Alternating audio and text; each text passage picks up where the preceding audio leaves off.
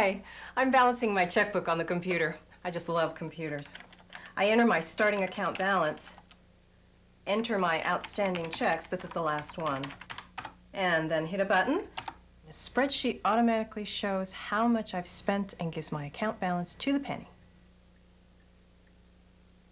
Well, things were a little slow last month. I'm a freelance writer. Sometimes business is great, and sometimes, well, it's not great. You know, when I take the time to record how much money I make and where it goes, I'm pretty surprised sometimes. Tracking my spending really helps me get a better handle on my finances. I found a way to get a better handle on another very important aspect of my life. You see, like at least 4 million men and women in this country, I have manic depressive illness, also called bipolar illness. This can cause me to have mood swings into depression or mania. While I'm not a very organized person by nature, I have found that the life chart has helped me track my illness and help my doctor know how I'm doing between visits.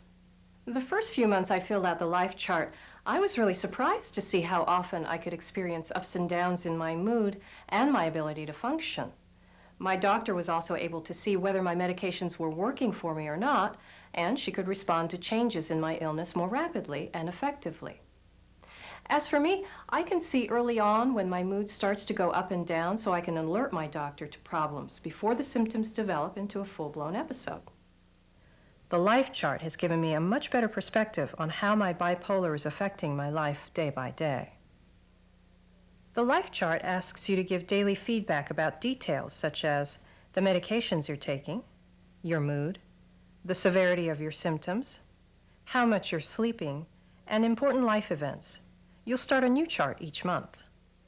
These ratings are filled in at the end of each day.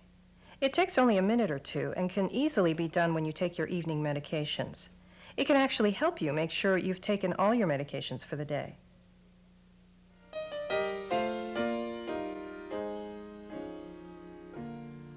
Begin your life chart by filling in the dates of the month, beginning with today's date. This is also the line for women to record their menstrual period for that month, if applicable. Simply circle the dates.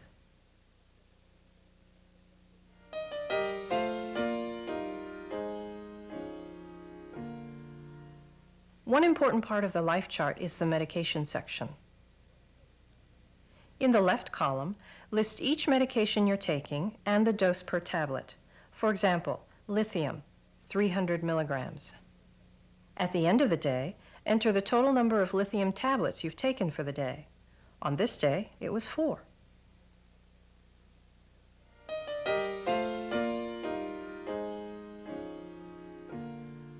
Hours of sleep should be rounded to the nearest whole hour and recorded in the appropriate box here.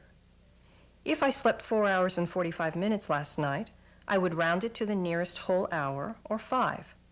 If I take a nap during the day, this is not counted as part of nighttime sleep hours.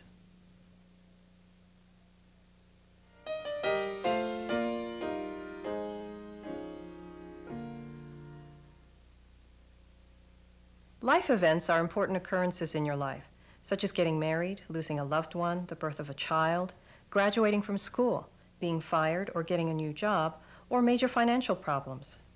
Sometimes you may not enter anything for a day in this life event section, but when you do, please rate its positive or negative impact on you. The rating scale goes from +4 for a very positive impact to 0, indicating a neutral or no impact, to -4 for a very negative impact.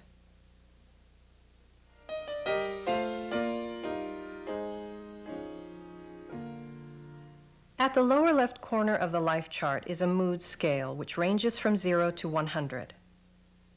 0 is the most depressed you could imagine being. 50 represents a balanced, level mood. You're not depressed or manic. And 100 indicates the most energized, activated manic you could ever be. Decide where your mood is for the day on this scale and record the number in the box marked Mood, 0 to 100. Now we come to the most important part of the life chart, how to assess the severity of your symptoms. Let's look at the form directly. Manias are recorded above the baseline, and depressions are recorded below the baseline. To rate the severity of your mania or depression, the next step is very important. First, rate your mood on the 0 to 100 scale we just talked about. Then assess how much your ability to function in your usual roles at work, at home, in school, with colleagues or friends has been impaired during this day by your being depressed or hypomanic or fully manic. How much did you need to push and put in extra effort to do all the things you usually do when you're well? Or how hard was it for you to stay with goal-oriented activities at work or home? And how much feedback did you get from others that your behaviors have changed because of manic symptoms? By the way, while the flu or sprained ankle may keep you from your usual duties, this is not counted into the severity ratings of mania or depression. The comorbid section on the form is for you to record any other illness symptoms you may have. These might also include anxiety, excessive alcohol use, panic attacks, and so forth. Now let's take a look at the 4 levels of severity for mania and the 4 levels of severity for depression. Mild depression causes a sense of distress, a somewhat low mood, maybe some social isolation.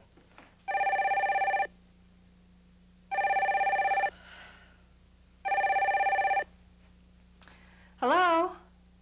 Hey. But you have little or no problem functioning as usual, and others around you might not notice that you feel mildly depressed. Okay, well, why don't you give me a call tomorrow? All right, thanks. Bye.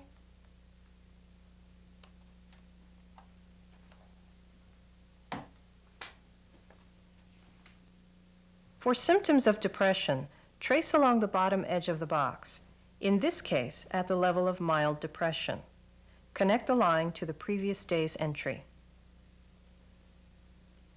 With low moderate depression, you have to push yourself to get things done. It takes extra time or effort to perform your usual duties at home and work. Sheila, you're falling behind in your work. Are you okay? Again, use the bottom edge of the box for depressive symptoms and trace along the line at the low moderate level of depression. At the high moderate level, you can barely scrape by. Work, school, and family require a great amount of extra time and effort from you. You have to push very hard to get anything done. Mom, you said you'd play ball with me. Mom? Severe depression leaves you unable to perform any of your usual duties or to function in any of your usual roles. Often, you can't get out of bed, can't go to work or school. Life seems to come to a halt, and you may need to be hospitalized. Again, trace along the line below the box at this level.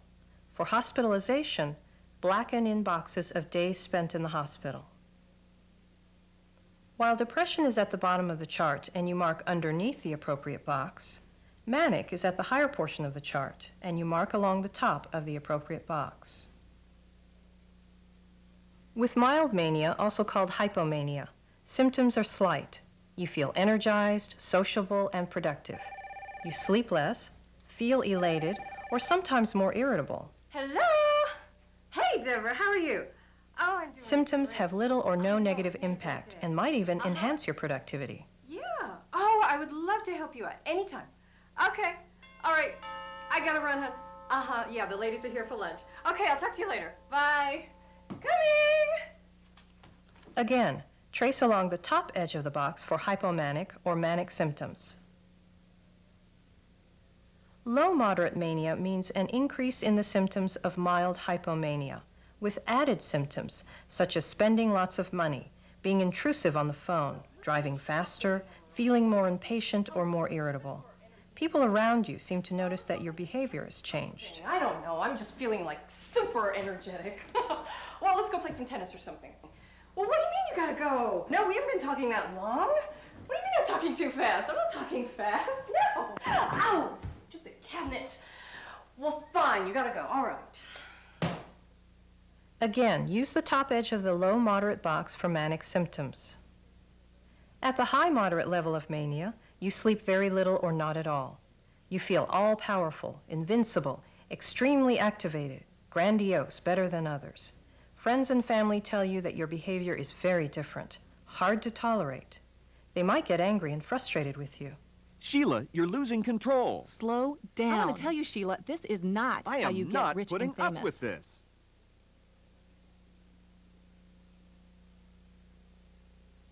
Severe manic symptoms are very pronounced. You don't sleep, can't listen to anything. Everybody agrees that your behavior is totally out of control. Family and friends may take you to the hospital because they're afraid for you and feel they can't keep you safe any longer. I'm frightened. She seems so out of control. Look, she's talking to someone who isn't even there. We need to get help. If you are hospitalized, blacken in the boxes.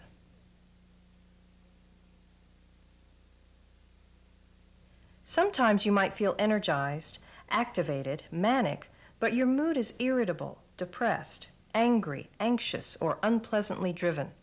This indicates that you have an unhappy or dysphoric mania. If you experience this type of mania, put a check mark in the dysphoric mania box for that day. There's something else that can happen to me. I can go from depressed to manic to depressed again, all in a single day, and my ability to function can vary greatly throughout the day. For example, when I rated my mood at the end of the day, I had a low of around 19. I called this high moderate depression, and a high of 73. I called this high moderate for mania. Since this mood crossed from depressed to manic to depressed several times that day, I put a 4 in the mood switches per day box and a 73 over 19 in the mood box. Sometimes I might have sudden, sharp, dramatic switches within one mood on the same day. For instance, I might switch from mild depression to severe depression and back again, which is considered 2 mood switches. The most depressed mood for the day was 15, and the least depressed mood for the day was 45. Mood switches were 2. Please note that typical diurnal or all-in-one-day variation is not considered a mood switch. In other words, don't count it if you're worse in the morning and have a very gradual improvement during the day, or if you start out better in the morning with a gradual worsening as the day goes on. Take a look at this. I've been doing some research while we talked, and I found some comments from the creator of the Life Chart. This is great. Hello, I'm Gabrielle Leverage with the National Institute of Mental Health, or NIMH. Dr. Post and I have created the original Life Chart, and I have trained a great many people to use it. In my 15 years of experience working with bipolar patients, I have found the daily Life Chart method to be the most effective way of tracking the daily course of this serious illness and its response to treatment. I encourage you to use the Life Chart on a regular basis. This will let you be an active partner and knowledgeable participant in the management of your illness, and it will truly have a positive impact on your illness and your life.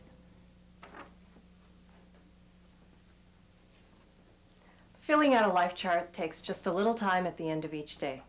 It gets easier with practice, and it's well worth your effort. I mean, look at me. I'm not exactly someone people would describe as organized, but I've discovered that my life runs a lot smoother if I'm disciplined about a certain number of things. One is my finances, and the other is keeping up with my mood swings and medications. This life chart has made a difference in my life. Give it a try. Day by day, it really helps.